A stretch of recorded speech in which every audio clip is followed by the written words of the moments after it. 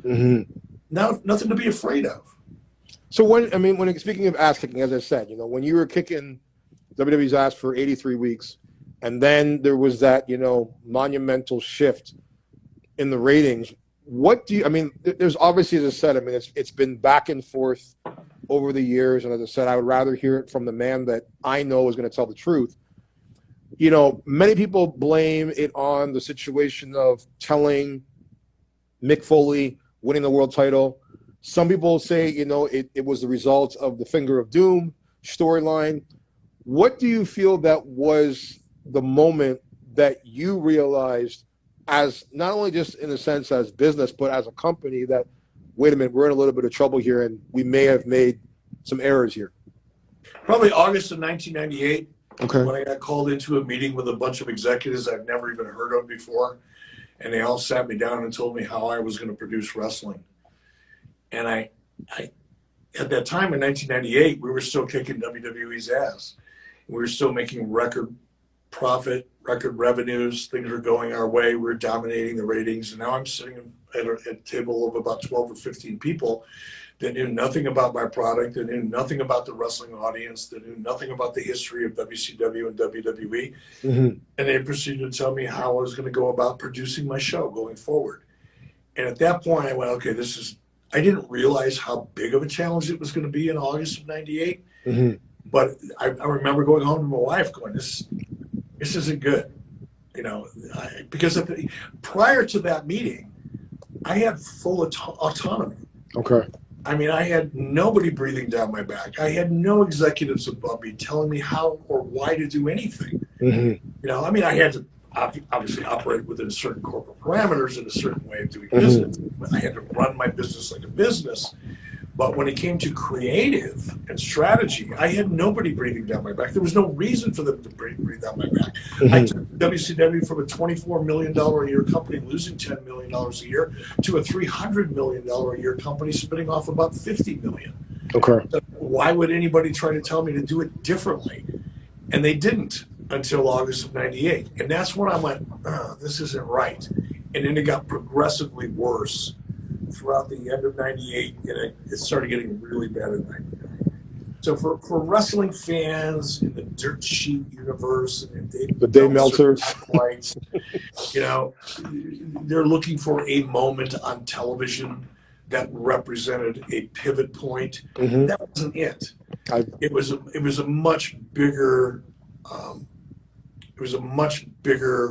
more powerful effect that had everything to do with the corporate perspective of WCW and what actually worked. So whose decision that night when Mick Foley won the title, whose decision was it to give away that situation? That was mine. Okay. That was all mine. Now, keep in mind, and people can be critical of that. They go, Eric, it backfired. Keep in mind, I was the guy that was giving away WWE finishes before their show even went on the air. I started my show 3 minutes before theirs so I could give away their finishes so viewers wouldn't tune into them. Guess what? That worked. Mm-hmm. I was the guy that was calling out Vince McMahon, challenged him to a fight. Everybody said, you should never do that. It's not done in wrestling. You should never do it. Guess what? It worked. There's a lot of things that I did that everybody told me wouldn't work and I shouldn't do it, and they worked. So when the idea came along to give away the finish to the Mick Foley Rock match, I was like, man, let's just try it, see what happens. And it didn't work. It backfired. And it kept me unemployed for another 2 years. So trust me. I'm like 10-1 at that point. All right, I'm 10-1. Mm-hmm. I lost one. All right, so I lost one. But that type of controversial move, those shenanigans, are what got us to the dance in the first place. Mm-hmm. But do you feel like, when you, obviously, as I said, the business has changed so much from then to now. And, the one big thing that, wrestling fans per se, and just, I know from a producer standpoint where it's hard to, I guess you would say, control the asylum when you have all these different egos that you have, obviously, that you have to take on as a president, and also being per se as a performer, how did you maintain, because obviously, you know, now like people feel that, you know, whether it's the executives have too much control or creative has too much control and not letting wrestlers have input in their storylines and in their characters as much as they did in the 90s. Do you feel in your situation, two-part question, A, how did you manage and juggle all those egos and being able to still make sure that you executed what you wanted to execute, that you felt your vision was right? And second, compared to how it is now, do you feel that creative or an executive like yourself should have the final say? Or do you feel that with the way AEW does stuff compared to WWE now, which is a more controlled environment, what do you feel is the more positive outcome in the sense for everybody all around, that you're getting not only the best product, but also giving people that freedom to be able to trust that they can do what they're meant to do? Yeah, it has to. I think it has to be a balance and a combination. You know, right? As a writer or a director or a producer, you have an idea, you have a vision, you have a script, right? But it's still about human beings performing. Mm-hmm. And unlike acting, unlike movies or television, you know, wrestling is a little different because you're not dealing with trained actors or actresses, right? Mm-hmm. You're dealing with wrestlers. And some wrestlers are better actors and actresses than others. And some wrestlers, even today, have a much more creative mind than other performers do. So for me, I think the balance, if I were to do it all over again, which I wouldn't do, but if I were to do it all over again, you know, certainly you're always going to have that talent that you want to collaborate with because their ideas are great.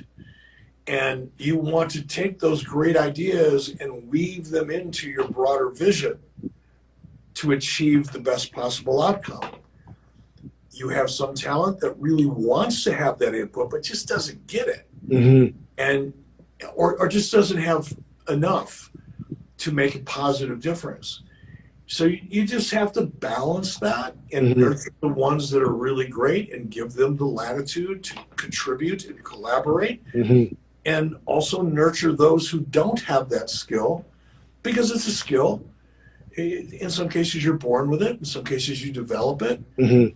But you know, that talent that's young and hungry and wants to have a lot of input, you have to manage that, nurture that, and help them understand, you know, why their particular ideas might not be the best idea right now. You know, you never criticize an idea, you criticize the timing of an idea.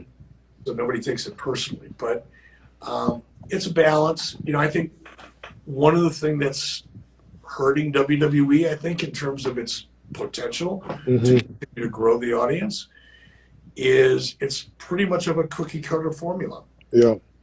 And it starts at the top. Vince McMahon has a very, very specific way that he sees things. And he's not real open. Now, he can be. You can convince him, but you got to work your ass off to do it. And you got to fight, and you got to dig. And it's possible, but it's hard.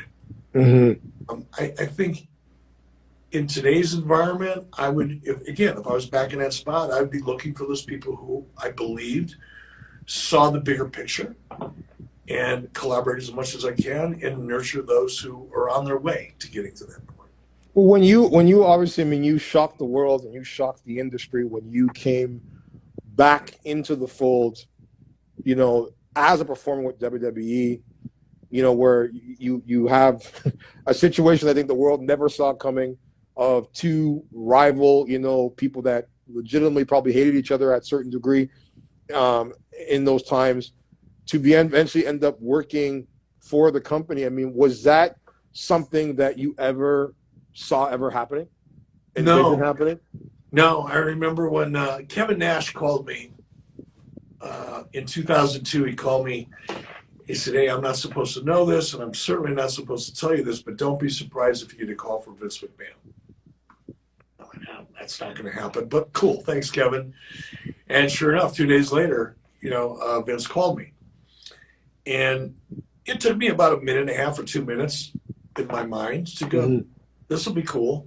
Because I didn't hate Vince. That's another narrative thing, And of course, I perpetuated it by some of the things I didn't said. But I had no personal feeling about Vince one way or the other. As a competitor, he was number one. I was a distant number two. I wanted to close that gap, and I got aggressive about doing that.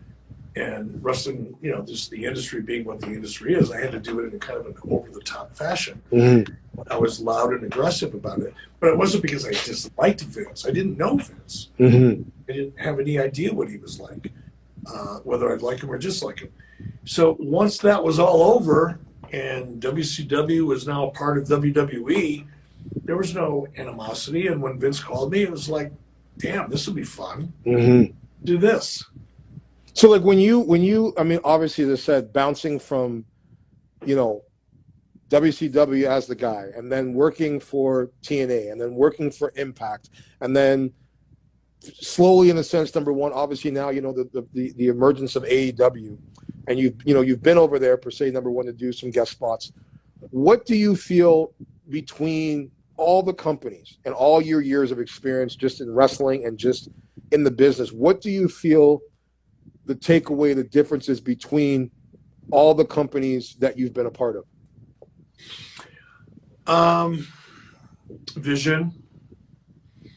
Vince McMahon had a vision early on.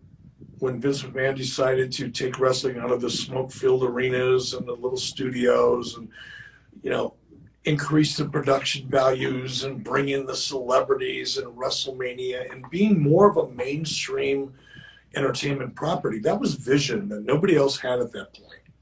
Or if they had it, they didn't have the balls to pursue it. Vince did. And to this day, I mean, WWE is a $4.5 or $5 billion publicly held company with a global footprint. That's a result of vision. TNA didn't have a vision. TNA just wanted to be in the wrestling business. It was a vanity project, is what it really was. Okay. Truth be known, that's what it was. And I feel like AEW is in some respects, not in all respects, but in some respects, a vanity project. And I don't see the vision, and look, they're doing really well in many respects. Live attendance for, they have 4 or 5 big shows a year. They do well with those. Congratulations. That's not an easy thing to achieve. Much respect. But the television product is flat. Yeah, I agree. It's not growing. It's flat. It's not compelling. They have a certain audience. They have that indie dirt sheet internet wrestling audience. They dominate that dirt sheet internet wrestling audience.